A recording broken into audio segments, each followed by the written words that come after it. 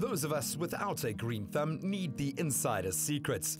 Did you know that gardeners use seaweed to nourish plants and soil? Well, here's how it's done. Today we're going to be looking at how to make a seaweed fertilizer for the garden. The phosphorus is particularly good for fruiting and flowering plants, and today we're going to be feeding the cabbage with the seaweed tea. And we're just going to look at how to put this together. Very easy DIY project. So I'm seeing a very simple array of utensils here, pretty much stuff that you might have lying around you could get quite easily. What do we need to make our seaweed fertilizer? All right, so starting off, you just need a bucket. Then you need the seaweed.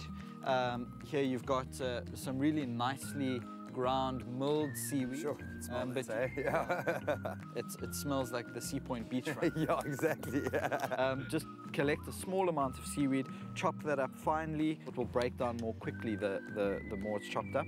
Then you need a piece of cloth, old piece of clothing, a stocking, a muslin cloth, anything like that. You can just lay that down. One stick, any kind of stick, and some string. Really all quite simple stuff, readily available.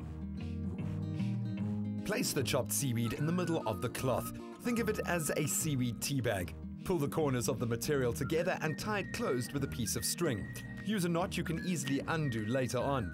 Remember to leave enough string so you can hang it in the bucket. All right, and the last step is just to tie this on. Gently lower it into a bucket filled with water, then leave it to soak in a quiet corner of the garden. How long should this be steeping for? Something like 7 to 10 days in the summertime. We're now in winter, so up to 14 days. The longer it steeps, the stronger it gets. You know that it's ready when the seaweed particles have kind of mostly dissolved and it smells. Logically, I have to ask, because we're taking something, a plant, out of the sea, so you would assume that the salt content is really high. How does that affect the plants? The salt is a limiting factor. Interestingly enough, though, some vegetables really thrive with a little bit of salt. For example, spinach in particular really likes that. And if you dilute it a little bit, even just half and half, you can really use it on anything. Well, should we get dressing? Yeah, absolutely. So this would be steeping for all that time, and at the end of which come up with this. And this is what we're going to use to feed the cabbage.